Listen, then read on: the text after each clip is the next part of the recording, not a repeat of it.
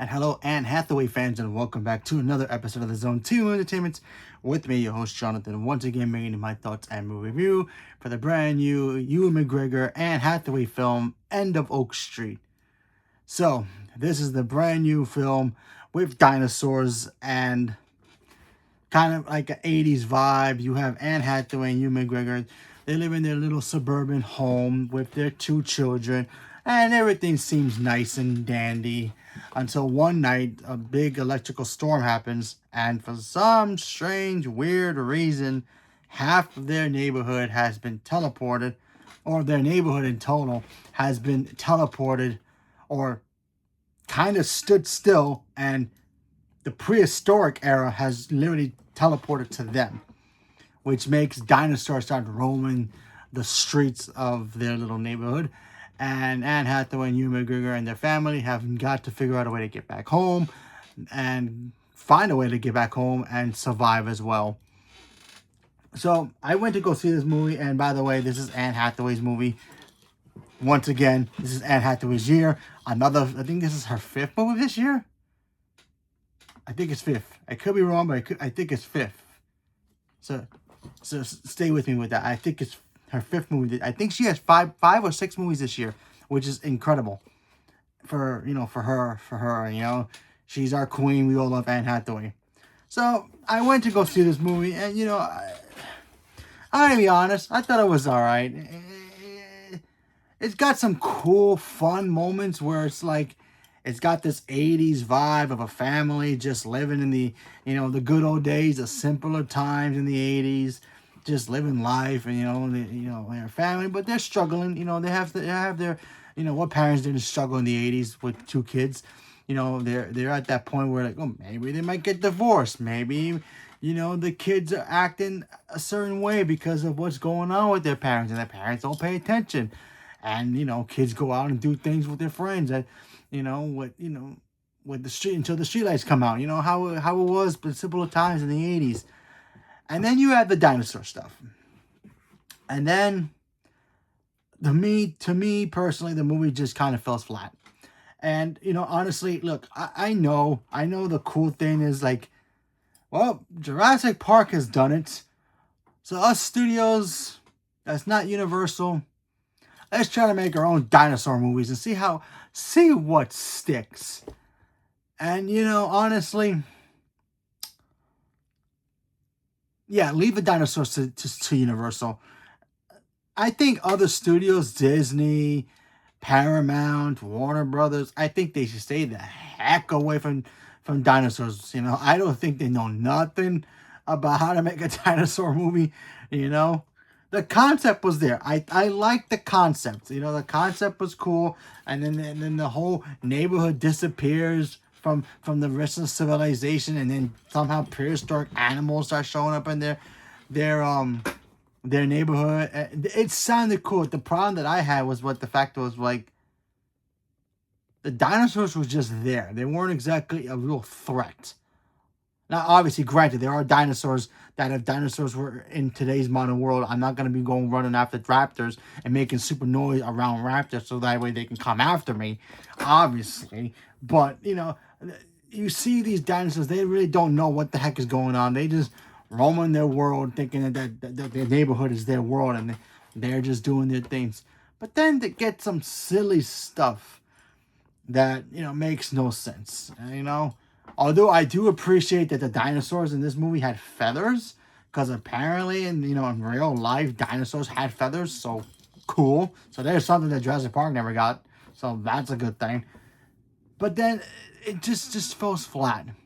There's really no explanation of why this is happening. There's no explanation of, okay, how did this happen? The government, it doesn't feel like the government finds out until, like, when it's too late. So it's like, why is this happening?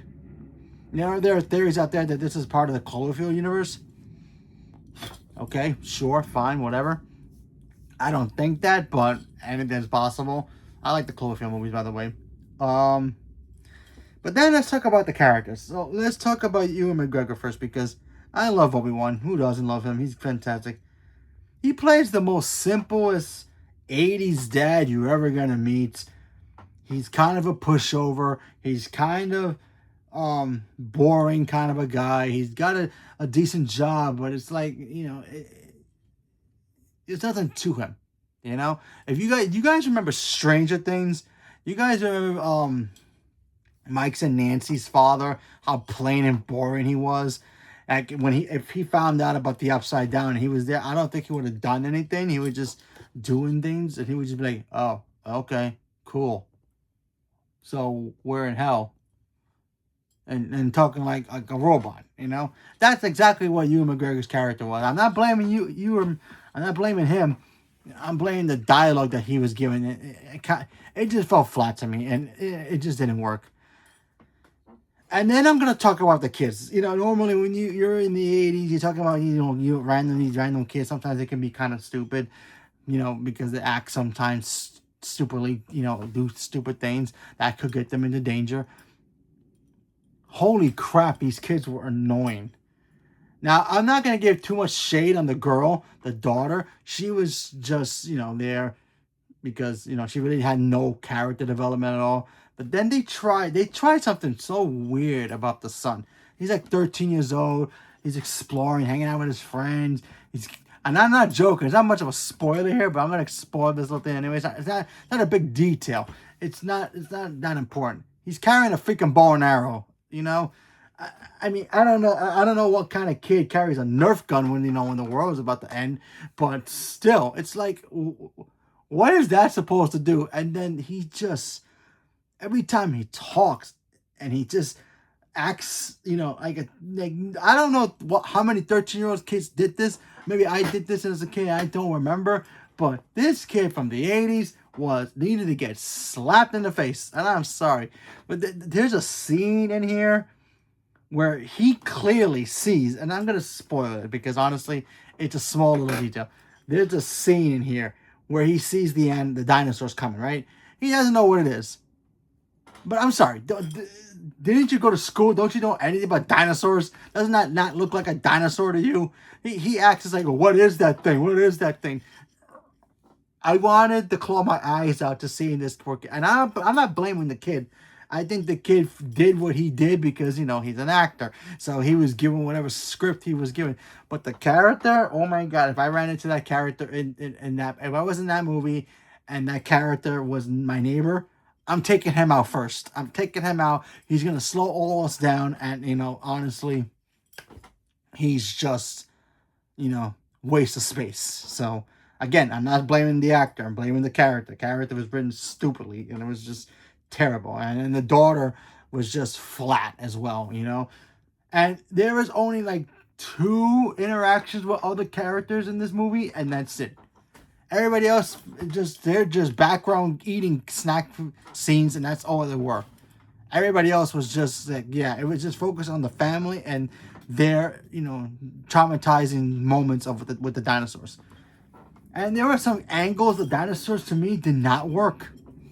Listen, if Jurassic Park 1 can still hold up from the 90s and to today, you can do the good CG with dinosaurs today with any other movie, if it's not called Jurassic Park. Where's the tech? Like, where's the technology that makes these dinosaurs? I don't know if they were using AI. I don't know if they were using CGI. I don't know what the heck they were using. But they should have called Universal like, yo, can we borrow your tech so we can make these dinosaurs at least look a little realistic? Because there were some angles that these dinosaurs looked fake. Like fake. That makes Jurassic Park like a supreme master of everything. Jurassic Park 2 is could have been my favorite Jurassic Park movie, The Lost World Jurassic Park. I love that movie. There's a third act of that movie where the dinosaurs, the T-Rex ends up in the city. And I always hated that. Because it always feels silly to see dinosaurs in modern day world. Even with the new Jurassic Park, when you see the dinosaurs finally roaming the earth, finally roaming, during traffic time, during big cities, it feels silly and cheesy in my opinion.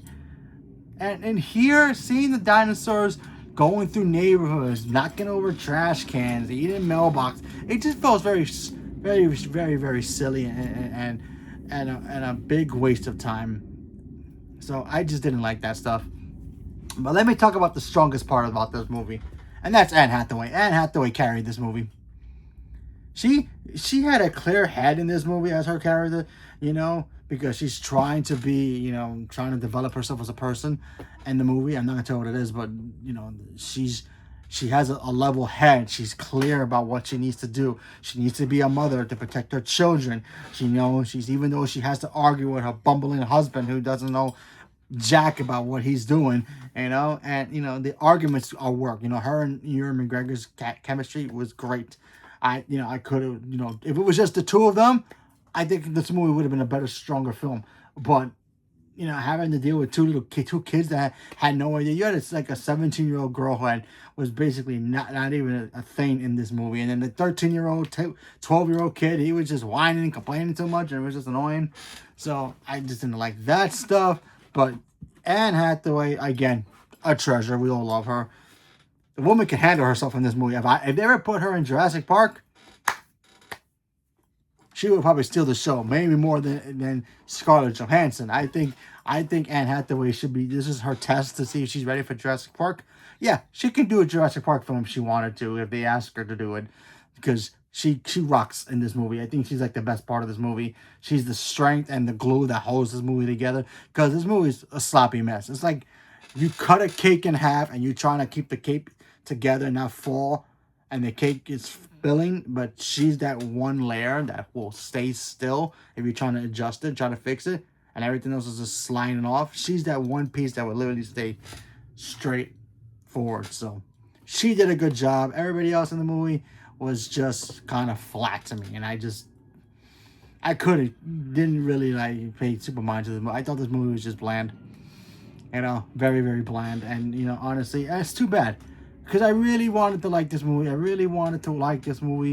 I thought the concept was great. I thought, fine. Let's see if they can do a movie with dinosaurs in the modern day. Because I've always hated that trope with the dinosaurs. That's why I hated that third act of the Lost World, because I felt like Jurassic Park wasn't ready for that, and those scenes felt very cheesy, where the dinosaurs running up in front of a bus and going into Blockbuster. It felt very cheesy at the time, and that was the 90s. And today, same thing. Honestly, it just, to me, just felt flat. So, what can I do? But, if you guys liked it, awesome. I applaud you. I like that. I'm a little jealous that you actually liked it more than I did, because honestly, there were moments I wanted to walk out. That's how bad it was for me. I just thought this movie was just bland, and it was just whatever. It's got moments. It does have some moments. It does got some cool jump scares. There's a prehistoric creature in here that I'm like, why haven't they made a movie about this creature yet? And when you watch the movie, you'll see it. It is so cool. But, again, it just was flat to me. And I just thought it was just like, whatever. So, leave me a comment below. Let me know what you guys thought about the end of Oak Street. Did you guys enjoy it? Not enjoy it? Liked it a lot? Not liked it a lot? Agree with what I said? Disagree with what I said? Whatever it is, leave me a comment below. Let me know. Stay tuned for more. Thank you much. And have a good day.